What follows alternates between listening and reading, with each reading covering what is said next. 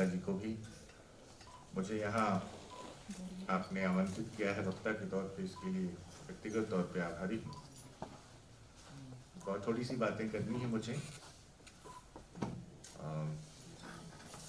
चूँकि इस विषय पे बात हो रही थी इसलिए मैं अपनी बात वहीं से शुरू करता हूँ। ये जो अनजाने ही सही जो इस सत्र का विषय रखा गया है, प्रसाद पत्र कथा साहित्य का,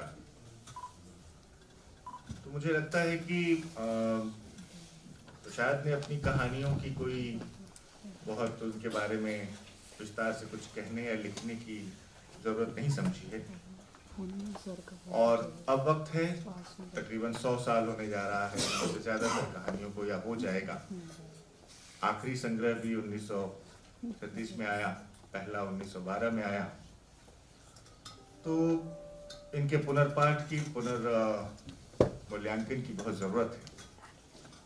मुझे लगता है कि खासकर अकादमिक जगत में एक प्रवाह चल पड़ता है और साल दर साल उसके बाद हम उसी पर चलते चले जाते हैं। त्याग और बलिदान और उदात्तीकरण, ये तमाम बातें पिछले 30-40 साल से तो मैं भी छात्र जीवन में पढ़ता रहा हूँ और अध्यापन जीवन में पढ़ाता रहा हूँ उनके पात्रों के बारे में। पर एक बात बहुत इंपॉर्टेंट है यहाँ पे, बहुत जरूरी है कि अंतर्द्वंद्वों और मनोविकारों से जूझते पात्रों को सायास मुक्त कराने की कोई कोशिश प्रसाद नहीं करते। मैं इस बात को जोर देकर इसलिए कह रहा हूँ क्योंकि हम कामायनी के कवि के बारे में बात कर रहे हैं और पता नहीं क्यों कथा साहित्य का बहुत सरलीकरण होता है। भौतिक कैद से जिस चंपा ने अपनी मुक्ति दिलाई है कहानी के प्रथम भाग में, बिल्कुल वही लीडर है, वरना मुक्त होने की कोई कोशिश बुद्धगुप्त नहीं कर रहा है कहानी में। उन रज्जुओं को काट देना और हथियार उठाओ उसको आदेश देना और उसकी तरफ आगे बढ़ना, वो उसके कैरेक्टर का प्राइम है कहानी की शुरुआत में। और उसके बाद एक डाउनफॉल दिखता है आपको चंपा के व्यक्तित्व में। सिर्फ उदात्तीकरण नहीं है, बहुत जरूरी है कि अब हम 2024 में जब उन कहानियों पर बात कर रहे हैं तो बहुत नए नजरियों और कुछ नई कोशिशों के साथ करें। एक प्रश्न पूछता है बुद्ध को, तुम किसको दीप जलाकर पद दिखलाना चाहती हो? इसका कोई उत्तर नहीं है चंपा के पास। वो प्रेम और ईर्ष्या द्वंद इसके बीच वो दोलायमान है, ये उसकी समस्या है। वो जितना ज्यादा बुद्धगुप्त के करीब जाती है उसके भीतर उतना ज्यादा पुत्री का वो भाव उमड़ के आता है कि यही हत्यारा है, कोई अंतर विरोध से ग्रसित है। एक बात यहाँ और बहुत स्पेसिफिकली मैं बताना चाहूंगा, मेरी राय है, आप असहमत हो सकते हैं। ये देखिए, उस सांस्कृतिक पुनरुत्थानवादी आंदोलन में एक आदर्श भारतीय नारी को महिमा मंडित करता हुआ जिस उच्चतम स्थान पे स्त्री को रखने की कोशिश की गई उस दौर में, वो वस्तुस्थिति का सच है और उसको प्रसाद भी जानते थे। पुरुष सापेक्ष स्त्री की अनेक भूमिकाओं में पत्नी, पुत्री, गृहिणी, बहन, इन सब की भूमिका हो सकती है, प्रेयसी की नहीं। उस वक्त की बात कर रहा हूं। और आप इस चश्मे से थोड़ा चंपा को देखें, मधुलिका को देखें, कहानियों की एक अलग दिशा खुल के आपके सामने आएगी। आप बिल्कुल एक सीधा साधा रास्ता दीपदान की पन्नाधारी को भी नहीं दे सकते। मैं सिर्फ ये निवेदन कर रहा हूं कि अब जरूरत है कि अकादमिक जगत पिछले 50-60 सालों से जिस रटे रटाए धर्रे पे इन कहानियों का अति सरलीकरण करता चला आ रहा है, हम उनसे मुक्ति पाएं।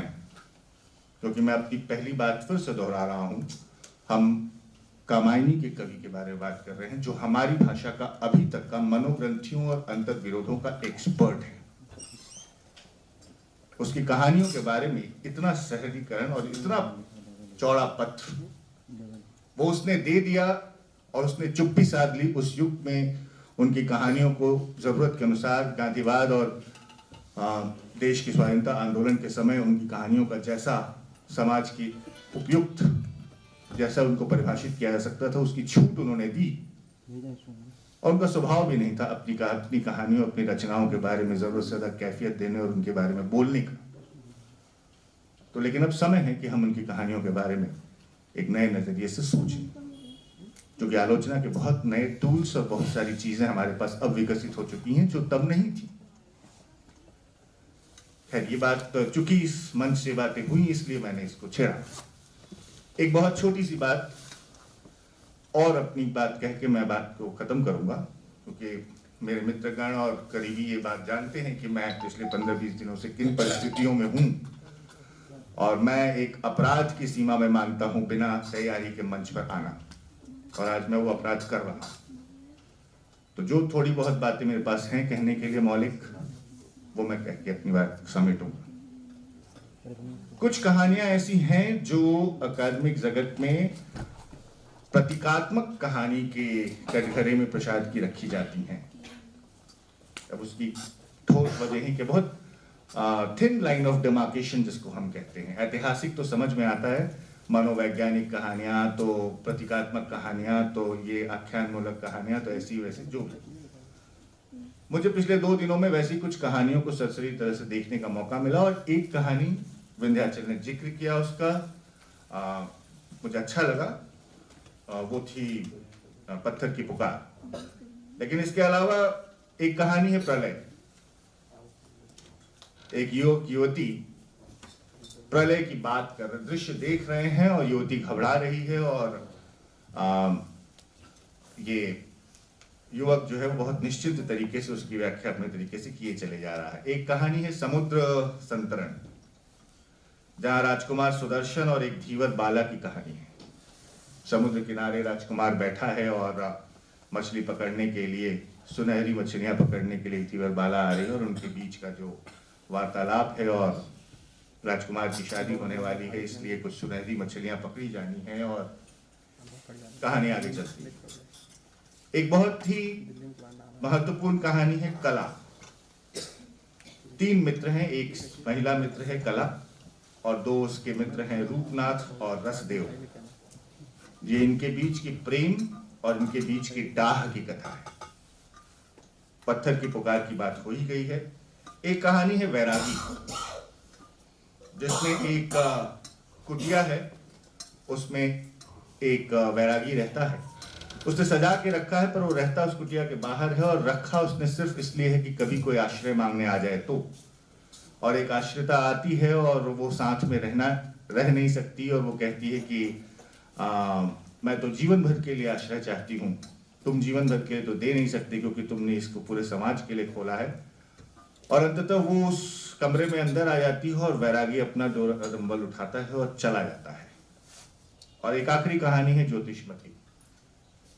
इन कहानियों का जिक्र मैं इसलिए कर रहा हूं क्योंकि इनका लेखन काल लगभग कावाइनी के लेखन काल के पैरेलल चलता है और आप दर्शन और विचार से जुड़े हुए तमाम वो पहलू के छुटपुट बिंदु इन कहानियों में पाएंगे जो बहुत सुघर तरीके से कामायनी में आते हैं बाद में। मेरा अपना मानना है कि बहुविधाओं के जो रचनाकार हैं, आप मुक्तिबोध को देखते हैं तो बाकायदा सायास उन्होंने तो खैर उन शीर्षकों से कहानियां लिखी हैं जो कि उनकी कविताएं रही हैं। ब्रह्म राक्षस हो, चाहे आप क्लॉड इथरली पढ़ते हैं या दूसरी कहानियां अंधेरे में पढ़ते हैं, तो आपको उनकी लंबी कविताओं को खोलने में, उनको पढ़ने में बहुत मदद मिलती है। असाध्य वीणा और उस लंबी कविताओं के समय लिखी हुई अगी की जो कहानियां हैं वो बहुत मदद करती हैं। मुझे लगता है कि इन कहानियों को, जो कि बहुत परिचित नहीं है, जिन पर कम बात होती है, इनको एक नए नज़र से देखा जाना बहुत ज़रूरी है क्योंकि ये कामायनी के पुनर्पाठ के लिए बहुत मददगार है। ये ऐसा मेरा अपना मानना है। हो सकता है कि ये चीज़ें मैं बहुत ऊपरी तौर पे कह रहा हूँ, बहुत जल्दबाजी में कह रहा हूँ। खैर, फिलहाल एक आखिरी बात ये कि ये इतना आसान भी नहीं होता है एक लंबे समय से जो एक अकादमिक परिपाटी चली आ रही होती है, और क्योंकि उस समय के आलोचना कर्म का प्रभाव होता है, और आलोचना कर्म जो सही अर्थों में होता है वो अपने समय के राजनीतिक सामाजिक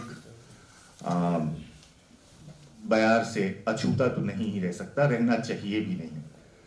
फिर भी मुझे लगता है कि जब एक महत्वपूर्ण बात यह है जो हमें समझना चाहिए कि खासतौर पे विद्यार्थियों के लिए ये बात मैं कहना चाहूँगा। एक लाइन है जो मैं कोट करूंगा आपके सामने। कच्छ कभी भी किसी कहानी को कालजयी नहीं बनाता। कथा में विन्यस्त पात्र जब अनायास अपनी मनोग्रंथियों और मनोवृत्तियों का परत दर परत साक्षात्कार करने लगते हैं और उन्हीं के बीच से जीवन के सनातन प्रश्नों पर विचार करने का हौसला रखते हैं, या विचार प्रक्रिया के कारण पाठक की चेतना को आंदोलित करते हैं, तभी कहानी जीवन की आख्यायिका न रहकर जीवन की सृजनात्मक ताकत, लार्जर देन लाइफ बन जाती है। प्रसाद की बहुत सारी कहानियां ऐसी हैं, बेहतर है कि हम उसी प्लेटफॉर्म पर खड़े होकर उनका